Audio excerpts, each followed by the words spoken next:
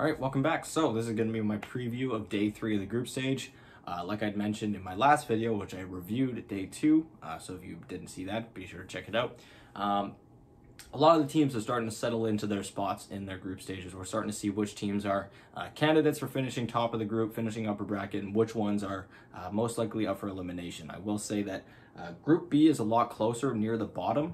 There's a lot of teams that are far from safe. And yeah, it's going to be interesting to see how everything goes, especially since there are not going to be that many games tomorrow for Group B. So there's going to be a little bit of movement. Hopefully some teams near the bottom are able to get themselves as far away as possible from that last spot. But regardless, so looking at our schedule, again, this is going to be a day where Group A plays more games.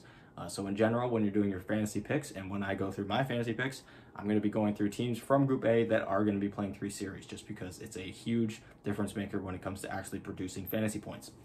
So starting off at 10 a.m. local time in Bucharest, we have Evil Geniuses taking on OG. Now this is going to be a good match because both of them are sitting near the top of the standings at this point. And it's going to be kind of a test to see which team is probably going to end up finishing second or first place of the group. So, pretty big match to start today. We have T1 versus Aster at the same time, Undying versus Alliance, and Virtus Pro versus Thunder Predator. Thunder Predator looking for their first win. It is crucial for them that they're able to get at least a few wins tomorrow. They need to tie themselves or get themselves ahead of other teams at the bottom of the group. Next up at noon local time, we have PSG LGD taking on Invictus Gaming, another series involving 2 teams at the top of their group. We have yet to see them play against each other, and yeah, it's going to be another fantastic series, and it's likely going to be the one that decides which team finishes at the top of Group B. We have Quincy Crew against Team Spirit, Beast Coast against Fnatic, and SG Esports against Elephant. 2 hours later at 2 o'clock, we have OG versus Undying. It's actually going to be kind of interesting to see who wins that one, because I think OG is playing quite well, actually. They're playing some of the best Dota I've seen them play in a long time, but Undying has come out of there, and they have won 5 in a row. They have not dropped a game since they started the group stage, going 0-3. So, yeah, Undying's been looking really, really good. I am personally rooting for them. I always love an underdog, so we'll see how that series goes. We then have IG against Aster, another good series now that Aster has White Album back. Again, they are a completely different team now that White Album is back. Super glad to see that. T1 against Alliance and EG versus Thunder Predator. We then have 2 hours later at 4 o'clock local time, Beast Coast taking on VG Gaming, Team Spirit against Fnatic, Team Secret against Quincy Crew, and PSG LGD against SG Esports. And finally, to end the day at 6 o'clock local time in Group A, we have EG against VP, another great series. A lot of great series today, actually, or tomorrow, I should say. We have IG against Alliance, T1 against Undying, and Aster against Thunder Predator. So, yeah, Thunder Predators to this point have not won a game, and their schedule does not get that much easier as they start off their day playing against Virtus Pro. They then play against Evil Geniuses, and then they end the day playing against Aster, who the record is a little bit deceivingly low because they did go 0-4 on day 1, but they look like a completely different team with White Album back. Their confidence is very clearly back. Their team fight execution, their map rotations, all fantastic ever since he's been back. And they even mentioned that he's hardly even able to eat food. He's still shaky with all the chills he's getting, but you can hardly tell with just how well he's playing. So yeah, hoping for a speedy recovery for Aster, and I'm super glad to see that he's back because it would have been a real shame if Aster ended up going home just because they weren't able to play with a full roster. Well, with their actual roster. They had a stand-in who I don't think particularly played terribly, but you could definitely tell that Aster was not themselves. So yeah, looking at the standings now after our day 2 of groups, we have Invictus Gaming sitting at the top of Group A with 9 wins out of 10 games. Their only loss being to Team Undying, and yeah, Team Undying looking great. Ever since they lost that first game against IG, they then beat them, and then they've won 2 other series since.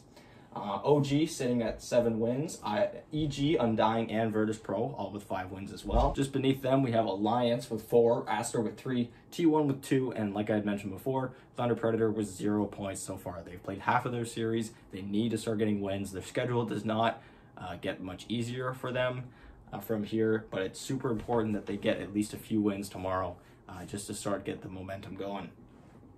For Group B, we have VG Gaming sitting at the top with the same record as IG, going 9-1. PSG LGD drops down to 2nd place, but not because they played poorly or anything, just because they got passed simply because VG Gaming has played more games.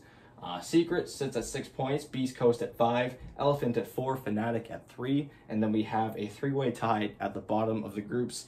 Team Spirit, SG Esports, and Quincy Crew all sitting at 2 wins on 8 games. So again, it's very close near the bottom. Even some of the teams that aren't in the bottom 3, like Fnatic, Elephant, they only have 3-4 wins themselves. Fnatic has actually played 10 games so far and only has 3 wins. So really anyone from 5th place and down is still vulnerable to being eliminated in this group. So it's going to be really interesting to see how that all unfolds.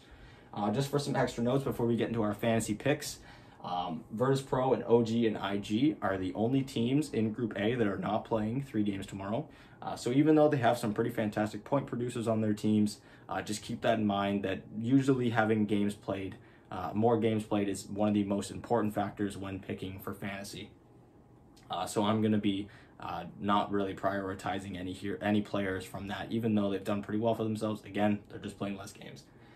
And Elephant and Secret as well are only playing 1 game. So if you're still someone that's still picking heroes from Group B because you just trust the heroes or you just feel really good about anyone in Group B, just know that players on Elephant and Secret are only playing once tomorrow. So I would very, very, very strongly recommend staying away from any players on those rosters. As for my picks, so for cores, I ended up going with the carries. I was very much prioritizing Evil Geniuses and T1. I think T1 is going to have they have a pretty okay schedule for tomorrow. They've got some tough matches, but I think at the end of the day, T1 and EG are going to pull out ahead. And that's why I've gone with the 2 carries from them, are TZ and 23 Savage. Other notable ones that I think are possibly good picks, Monet from Team Aster. Again, Team Aster looking really good after today. They've got, again, kind of a decent schedule tomorrow. It's not terrible. We have Tomato from Team Undying. Undying has a tough schedule tomorrow. Not overly difficult, but definitely a tougher schedule. But just with the way that they've been playing, I decided to put him pretty high up there, especially since he's also one of those players that's been producing a lot of points.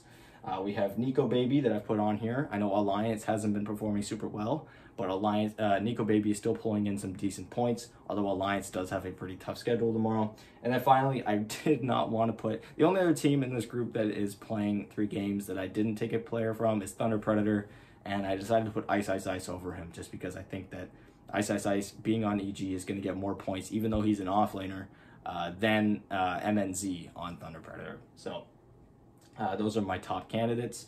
Luckily, I had gold versions of both 23 Savage and RTZ, so I didn't have to go any lower. Of course, if I had a gold Monet, I probably would have prioritized it over a gold RTZ. But I did not have to do that. For my mids, sticking with EG, I went with Abed. I've picked Abed before, was very happy with how he performed. He gets a lot of points, a lot of kills. I have had no reason not to pick Abed so far. Right underneath him, I have T1 mid, Carl.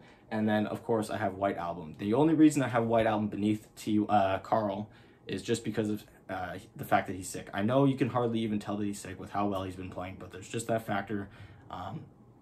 If you're still confident with picking White Album for your fantasy, go ahead.